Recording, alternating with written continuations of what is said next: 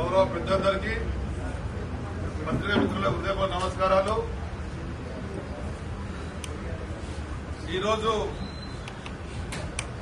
శాసనసభ శాసనమండలి సమావేశం ఉందని చెప్పని మమ్మల్ని అందరినీ ఆహ్వానించి రాష్ట్ర ప్రభుత్వం చేపట్టినటువంటి సామాజిక ఆర్థిక విద్యాపరమైనటువంటి ఉపాధి రాజకీయ కుల సర్వే కులగణన ఒక సమగ్ర ఇంటింటి కుటుంబ సర్వేను చేపట్టమని చెప్పని దాని నివేదికను ఇస్తామని చెప్పని ఆ నివేదిక ఆధారంగా పార్టీల సభ్యుల యొక్క మనోభావాలకు అనుగుణంగా సమగ్రమైన చర్చ జరుగుతుందని చెప్పని భావిస్తే కేవలం ప్రకటనకే ప్రభుత్వం పరిమితమైంది.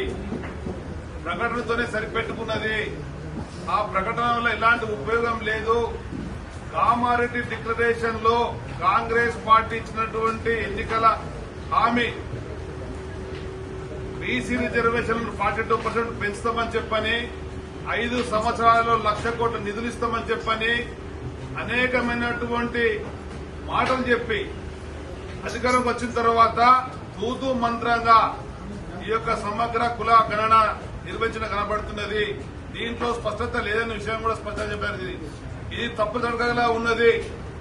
తొండను తవ్వి ఎలకన పట్టడం ఉందే గాని దీనివల్ల ఎటువంటి ఉపయోగం లేదనేది తెలంగాణ రాష్ట్రంలో ఉన్నటువంటి బీసీ వర్గాలు మేధావి వర్గాలు 2 రోజులుగా కోడెక్కుస్తున్నా గానీ రాష్ట్ర ప్రభుత్వంలో చలనం రాలేదు. దానికి నిదర్శనమే వాళ్ళు ప్రవేశపెట్టినటువంటి నివేదిక ప్రకటన అని చెప్పని ఈ ప్రకటనను బీఆర్ఎస్ పార్టీ పూర్తిగా వ్యతిరేకిస్తున్నది. ఈ తప్పుదల దీనికి ప్రధానమైనటువంటి ఉదాహరణ కూడా ఈరోజు మీ ముందు తెలుసుకున్నాం. సర్వే విధానం ప్రణాళిక చెప్పినటువంటి దాన్ని వాళ్ళు స్పష్టంగా ఇవ్వడం జరిగింది.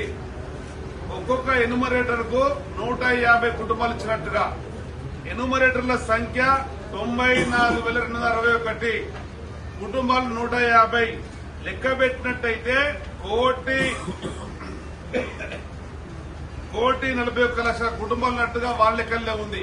కానీ సర్వే చేసింది మాత్రం 1,12,00,000.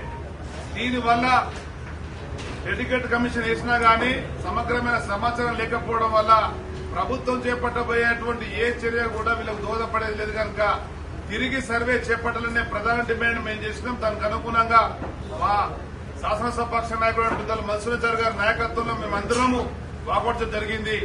ఈ ప్రభుత్వాన్ని మళ్లీ మేము డిమాండ్ చేస్తున్నాం. రీసర్వే చేయండి.